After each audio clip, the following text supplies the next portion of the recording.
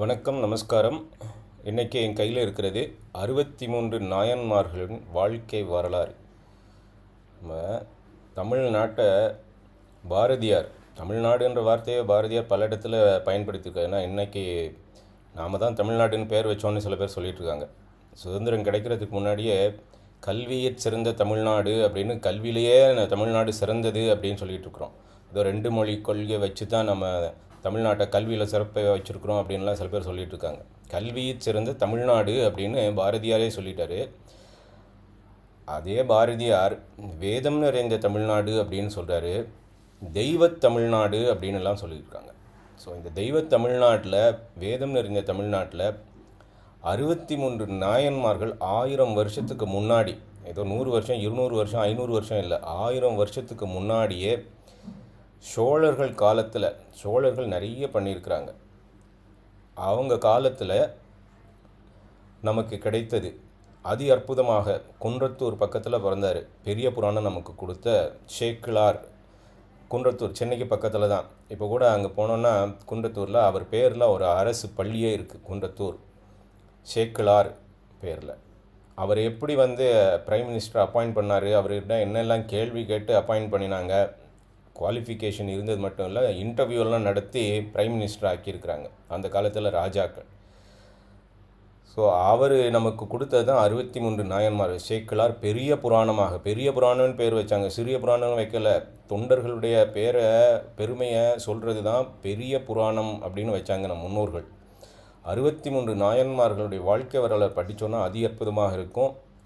நம்ம கபாலீஸ்வரர் கோயிலில், எல்லா கோயிலையும் சிறப்பாக இருக்கும். மயிலாப்பூர் கபாலீஸ்வரர் கோயிலில் ரொம்ப ரொம்ப சிறப்பாக பண்ணுறது இந்த மயிலாப்பூர் 63 நாயன்மார்கள். என்ன சொல்கிறாங்க அப்படின்னு நம்ம பார்க்கலாம். சேக்கிழார் பெரிய புராணம் அப்படின்னு பாடினாலும் சேக்கிழாருக்கு இன்ஃபர்மேஷன் கொடுத்தவர் சுந்தரமூர்த்தி நாயனார். சுந்தரமூர்த்தி நாயனார் திருத்தொண்ட தொகை அப்படின்னு முதல்ல பாடினார். சின்ன ஒரு ப்ரீஃப் இன்ட்ரடக்ஷன் மாதிரி கொடுத்தாரு அப்படின்னு சொல்லலாம். அதை வச்சு தான் சேக்கிழார் மற்றைய விவரங்களை எடுத்தார். 63 நாயனார்களுடைய விவரமாக கொடுத்தது பெரிய புராணம். ஆனால் முதல்ல இந்த 63 நாயன்மார்களுடைய பெயர், அவங்க என்ன பண்ணினாங்க அப்படின்ற அதனுடைய சிறப்புகள் எல்லாம் முதல்ல அதிலேயே நாயன்மாராக இருக்கிற 63 நாயன்மார்களே ரொம்ப முக்கியமானவர் அப்படின்னு சொல்கிற மாதிரி பாடினவர் சுந்தரமூர்த்தி நாயனார். அவர் ஏன் 63 நாயன்மார் பாடினார், அதற்கு ஒரு நாயன்மாராக இருக்கிற விரண்மிண்ட நாயனார் அப்படின்னு சொல்லிட்டு. திருவாரூர் கோயில் போனீங்க அப்படின்னா, கிழக்கு கோபுரம் வழியாக போனீங்க அப்படின்னா, முதல்ல கோபுரம் நுழைஞ்ச உடனேயே லெஃப்ட் சைடில் கோபுரத்துலேயே அவருக்கு ஒரு இது வச்சுருக்குறாங்க, ரொம்ப விசேஷமாக வச்சுருக்குறாங்க. கொடி மரத்துக்கு முன்னாடி இருக்கிற அந்த கோபுரம் லெஃப்ட் சைடில் விரண்மிண்ட நாயனாருக்கு தனி சன்னதியாக அங்கே வச்சுருக்குறாங்க, ஒரு சன்னதி. என்ன காரணம் அப்படின்னா, அவர் தான் சுந்தரமூர்த்தி நாயனார் 63 நாயன்மார்கள் சிவனடியார்களை பற்றி பாடினதுக்கு முக்கியமான காரணம் அவர் தான். ஏன் அப்படின்றதெல்லாம் பார்க்கலாம் வாங்க. எல்லாருடைய 63 நாயன்மார்களுடையதையும் பார்க்கறதுக்கு நேரம் இருக்காது, சில பேரோடதையும் நம்ம பார்க்கலாம்.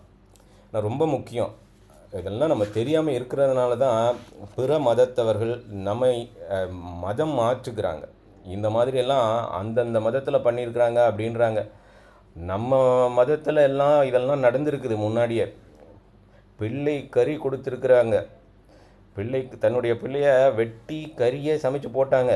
மற்ற மதத்தில் அப்ரஹாம் பையனை வெட்டுறதுக்கு முயற்சி பண்ணுறாரு, சாக்ரிஃபைஸ் பண்ணுறதுக்கு போகிறாரு, ஆனால் பண்ணலை. அதுக்குள்ளே அவருடைய பரீட்சை இறைவன் அவரை தடுத்தாட்கொள்கிறார், ஒரு ஆட்டை வெட்டி போடு அப்படின்னு சொல்லிட்டு. இது எங்கேயோ நடந்த விஷயம். அரபிக் கண்ட்ரீஸில் நடந்ததா இல்லை இஸ்ரேலில் நடந்ததா அப்படின்றதெல்லாம் தெரியல, எந்த நாட்டில் நடந்ததுன்னா அந்த பக்கத்தில் தான் நடந்தது. அதனால தான் ஆப்ரஹாம் வச்சு யூதர்களும் கிறிஸ்டியன்ஸும் முஸ்லீம்ஸும் சொல்லிகிட்டு இருக்கிறாங்க, பையனையே சாக்ரிஃபைஸ் பண்ண இறைவனே சொன்னார் பண்ணு அப்படின்னு சொல்லிட்டு. அது ஒரு டெஸ்ட்டு அப்படின்னு சொல்கிறாங்க. இங்கே 63 நாயன்மார்களை தன் பையனை கொடுக்குறேன்னு சொல்லிட்டாரு. அவர் இறைவன் சொல்லலை, சிவன் அடியார் எனக்கு வேணும்னு கேட்குறாரு. சிவன் அடியார் கேட்டுட்டார், சிவனுக்கு தொண்டு செய்வர் சிவனடியார், அவரே கேட்குறப்போ சிவனே கேட்குறாரு. என்னன்னு இவராக தன் பையனை வெட்டி போடுறாரு, சமைச்சு போயிடுறாரு. அதை வெட்டினதுக்கு உதவி பண்ணுறவங்க அவங்க அம்மா மனைவியார். இதெல்லாம் 63 நாயன்மார்களில் வரலாறு. இது தெரியலை நமக்கு. தமிழ்நாட்டில் பிறந்து இதெல்லாம் தெரியாமல் இருக்கிறதுனால தான் எங்கேயோ நடந்த ஒரு விஷயத்த இப்படியெல்லாம் பண்ணியிருக்கிறாங்களா, எவ்வளோ பெரிய பக்தி அப்படின்னு நாம் அதை பாராட்டிக்கிட்டு இருக்கிறோம். அது பாராட்டுறதுல தவறே கிடையாது. ஆனால் நம்ம நாட்டில், தமிழ்நாட்டில் இதெல்லாம் நடந்திருக்குது. அந்த பரீட்சையை தாண்டி வெட்டியே போட்டு சமைச்சே போட்டு கொடுத்துருக்குறாங்க. கணவன் சொன்னார் அப்படின்னு மனைவி அம்மா பையனை வெட்டுறதுக்கு, அப்பா வெட்டுறதுக்கு அம்மாவே பிடிக்கிறாங்க. இதெல்லாம் நடந்திருக்குது. எதுக்காக? சிவனடியாருக்கு சிவன் தொண்டு செய்ய வேண்டும். அது பையனாக இருந்தாலும் சரி, பையன் மட்டும் கிடையாது. இன்னொரு சிவனடியார் வந்து கேட்குறாங்க, எது கேட்டாலும் அந்த சிவனடியார் கொடுத்துருவாரு அப்படின்னு சொல்லிட்டு அதை பரீட்சை பண்ணுறதுக்கு வர்றாரு இறைவன். சிவனடியாராக வந்து உன் மனைவியை எனக்கு பணிவிடை செய்ய அனுப்பு அப்படின்றாரு. அந்த சிவனடியார் ரொம்ப சந்தோஷப்படுறாரு. இயற்பகை நாயனார் அவர் பேர். அவர் ரொம்ப சந்தோஷப்படுறாரு. நம்மள்ட்ட இருக்கிறது தான் கேட்குறாரு அப்படின்னு சொல்லிட்டு. இல்லாத கேட்டால் நான் என்ன பண்ண போகிறேன்னு பயந்துட்டு இருந்தார். சிவனடியார் நம்மள்ட்ட இருக்கிறது, மனைவி நமக்கு சொத்து தான், அவங்கள அனுப்பிடலாம் அப்படின்னு சொல்லிட்டு அனுப்பிடுறாரு அவர். அப்போ அவர் ஒரு கண்டிஷன் போடுறாரு. நீ சொல்லிட்ட, நான் கூட்டிகிட்டு போனேன்னா உங்கள் சொந்தக்காரங்க ஊர்க்காரங்க எல்லாம் என்ன ஏதாவது பண்ணிவிடுவாங்க, அதனால் எனக்கு நீ பாதுகாப்பு கொடுக்கணும் அப்படின்ட்டு. எப்படி இருக்குன்னு பாருங்கள். அந்த அம்மா ஒத்துக்கிறாங்க, மனைவியாரும் ஒத்துக்கிறாங்க. கணவர் சொல்லே நான் ஏற்றுக்கிறேன் அப்படின்னு சொல்லிட்டு.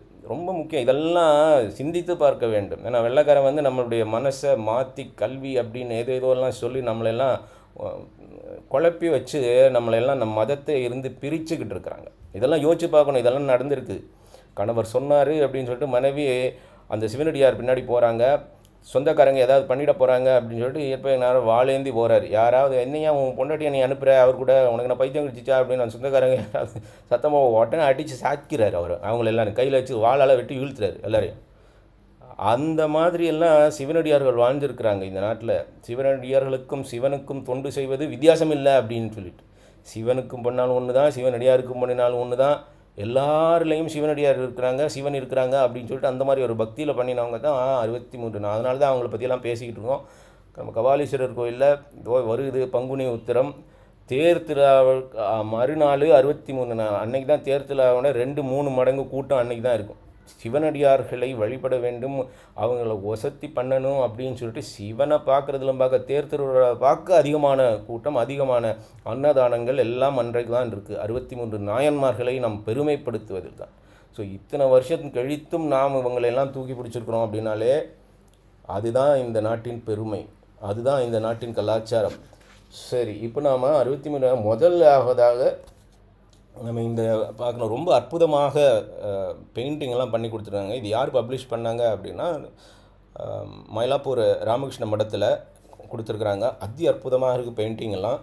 ஸோ திருநீலகண்ட நாயனார் அப்படின்னு சொல்லிட்டு இதில் என்ன ஸ்டோரி அப்படின்னா சின்னதாக சொல்லணுன்னா, இந்த அடியாருடைய மனைவியார் எம்மை தொடாதீர் அப்படின்னு ஒரு கோவத்தில் சொல்லிடுறாங்க நாயனார்கிட்ட.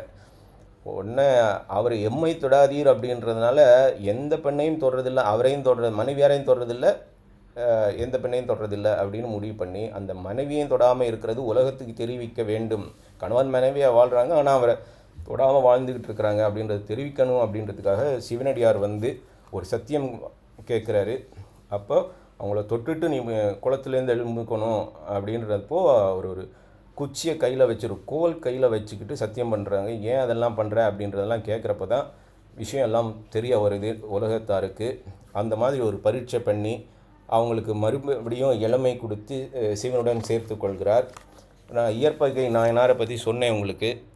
எப்படி இயற்பகை, இயற்கைக்கு எதிரான ஒரு நாயனார். என்ன இயற்கைக்கு எதிராக? தன் மனைவியை இன்னொருவருக்கு கொடுக்கிறது கேட்குறாங்க அப்படின்னு சொல்லிட்டு பணிவிடை செய்கிறது கேட்குறாங்க. கேட்டது சிவனடியார் அப்படின்ற சந்தோஷத்தில் அவர் கொடுக்குறாரு.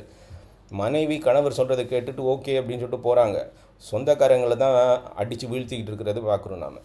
என்ன மாதிரியான ஒரு மனநிலையில் இந்த மாதிரிலாம் பண்ண முடியும்னு யோசிச்சு பாருங்கள். சும்மா இதெல்லாம் கற்பனை அப்படின்னு நினைக்க வேண்டாம், இது பைத்தியக்காரத்தனம்னு நினைக்க வேண்டாம். இதுதான் பக்தி அப்படின்றத புரிஞ்சுக்கணும். அதனால தான் அவங்க எல்லாம் இருக்கிறாங்க. இதெல்லாம் மற்ற மதத்தில் வந்து வேறு விஷயங்கள் இருந்ததுன்னா நாம் கேள்வி கேட்கலாம், ஏன் இதெல்லாம் இது பண்ணுறீங்க அப்படின்னு சொல்லிட்டு. நாம் அப்படி கேட்க போகிறது கிடையாது. ஏன்னா சனாதனத்தில் மற்ற மதத்தையும் மதிக்கிறது, புரிந்து கொள்வது தான் நமது வேலை. அதனால் நம்மளை மட்டும் கேள்வி கேட்குறப்போ அவங்களுடைய சரித்திரத்தில் நம்மளால் கேட்க முடியாதா அப்படின்னுலாம் நினைக்க வேண்டாம். நிறைய கேள்விகள் நம்மளாலையும் கேட்கலாம், ஆனால் நம்ம கேட்குறது கிடையாது, அது பண்பு இல்லை அப்படின்னு சொல்லிட்டு. ஸோ அடுத்து இளையான்குடி மாறு நாயனார். இது ரொம்ப அற்புதமான ஒரு ஸ்டோரி. எப்படி இறைவன் சிவனடியார் வேடத்தில் வந்து எனக்கு பசிக்குது அப்படின்னு கேட்குறாங்க. ஆனால் இளையான்குடி மாறனார் வீட்டில் எதுவுமே இல்லை கொடுக்கறதுக்கு. அன்னைக்கு காலையில் தான் அவர் நெல்மணிகள் எல்லாத்தையும் போட்டு விதைச்சிட்டு வந்திருந்தாங்க. மழையோ கொட்டுன்னு கொட்டிக்கிட்டு இருக்கேன். இரவு நேரத்தில் போய் சிவனடியார் கேட்குறாரு இளையான்குடி மாறனார்கிட்ட சாப்பிட்றதுக்கு. அப்போ மனைவி சொல்கிறாங்க, நம்ம வீட்டில் எதுவும் கிடையாது, ஆனால் காலையில் நீங்கள் போய் விதைச்ச நெல்லாம் இந்த கொட்டுற மழையிலலாம் மிதந்துக்கிட்டு இருக்கோம், போய் எடுத்துகிட்டு வாங்க அப்படின்னு சொல்லிட்டு அதைத்தான் அந்த கொட்டுற மழையில் பண்ணுறாங்க. அதை எடுத்துகிட்டு வந்து நெல்லை குத்தி விறகுக்கு மழையில் எங்கே போய் பண்ணுறாங்க, வீட்டு கூரையில் இருக்கிற இதையே விறகாக பயன்படுத்தி வீட்டுக்கு பின்னாடி இருக்கிற 4 கீரையை எடுத்துகிட்டு சமையல் பண்ணி கொடுக்க வர்றாங்க. எப்படியெல்லாம் வாழ்ந்துருக்குறாங்கன்னு பாருங்கள். நம்ம வீட்டிலையே ஒன்றும் இல்லையே, நீ போயிட்டு வேறு யார்கிட்டையா கேளு அப்படின்லாம் சொல்லலை அவங்க. அதனால தான் இன்று நாம் இளையான்குடி மாறநாயனாரை போற்றுகிறோம். மெய்ப்பொருள் நாயனார். ஜீசஸ் சொல்கிறாங்க இல்லையா, if you show one if somebody beats you one right side show the left அப்படின்னு சொல்லிட்டு, ஒரு கன்னத்தில் அடித்தால் மறு கன்னத்தை காமி அப்படின்னு ஜீசஸ் சொல்கிறார் இல்லையா. இங்கே மெய்ப்பொருள் நாயனார் திருக்கோவிலூரை ஆட்சி பண்ணிகிட்ருக்கிற ராஜா, பக்கத்து ராஜாவுக்கு இவர் மேலே ஒரு பொறாமை, சண்டை போட்டெல்லாம் பார்க்குறாரு அந்த திருக்கோயிலூர் ராஜா கூட, மெய்ப்பொருள் நாயனார் கூட எல்லாம். ஆனால் முடியலை, எப்போவுமே தோற்றுக்கிட்டு இருக்கிறாங்க. அந்த ராஜா பேர், பக்கத்து ஊர் ராஜா பேர் முத்தநாதன் அப்படின்னு. அப்போ என்ன பண்ணுறாரு, தன்னை வந்து ஒரு சிவனடியாராக உருமாற்றி கொண்டு வேடம் போட்டுக்கிட்டு போகிறாரு மெய்ப்பொருள் நாயனார்கிட்ட. உன்னை நான் தனிமையில் பேசணும், உனக்கு சிவ போதனை செய்ய வேண்டும் அப்படின்னு சொல்லிட்டு. அப்போவே மெய்ப்பொருள் நாயனாருடைய மெய்காப்பாளர் சந்தேகம் வருது, செக்யூரிட்டிக்கு சந்தேகம் வருது, என்ன பண்ண போகிறாங்க அப்படின்னு சொல்லிட்டலாம். ஸோ அதனால் ரொம்ப ஜாக்கிரதையாக பார்த்துக்கிட்டு அவரை பின்னாடிய என்ட்ரன்ஸ்லேயே நிற்கிறாங்க சைடில். அந்த நேரத்தில் வந்த முத்தநாதன் மறைச்சி வச்சுருந்த கத்தி எடுத்து மெய்ப்பொருள் நாயனார் மேலே குத்திடுறாங்க. அந்த சத்தத்தில் மெய்ப்பொருள் நாயனாருடைய செக்யூரிட்டி உடனே வந்துடுறாங்க. வந்து ஆனால் இவர் மெய்ப்பொருள் நாயனார் அவர்கிட்ட சொல்கிறாரு செக்யூரிட்டிகிட்ட, வந்திருப்பவர் யாராக இருந்தாலும் சிவனடியாராக வந்திருக்கிறாரு, அவர் வேஷம் போட்டு வந்தாலும் சரி, எப்படி வந்தாலும் சிவனடியாராக வந்திருக்கிறார், அதனால் அவருக்கு அவருடைய உயிருக்கு எந்த ஆபத்தும் இல்லாமல் அவருடைய நாட்டில் கொண்டு விட்டுட்டு வந்து எனக்கு சொல்லு அப்படி, அப்போ தான் நான் உயிர் போவேன் அப்படின்னு சொல்லிட்டு. ஸோ தனக்கு பகைவனுக்கும் நல்லது செய்யணும் அப்படின்றத சிவனடியார் வேஷத்தில் வந்தவருக்கும் பண்ணுறாரு மெய்ப்பொருள் நாயனார். ஏன்னா மெய்ப்பொருள் அப்படின்றதெல்லாம் சிவனினுடைய சிம்பல்ஸ், திருநீறு, ருத்ராட்சம், ஜடாமுடி, இதெல்லாம் தான் மெய்ப்பொருள் அப்படின்னு அவர் வாழ்ந்திருக்கிறாரு. இந்த மாதிரி 63 நாயன்மார்கள் பலர் இருக்கிறாங்க. இப்போதைக்கு இந்த 4-5 அடியார்களோட நான் நிறுத்துகிறேன். இன்னொரு சமயத்தில் நாம் மறுபடியும் 63 நாயன்மார்களுடைய வாழ்க்கை வரலாறை அறிந்து நாம் அவங்க போல் வாழ்கிறதுக்கு சிந்தனையாவது பண்ணுறோம். அதே மாதிரி தெரிந்து மற்றவர்களுக்கும் நாம் இதை ஷேர் பண்ணுவோம்.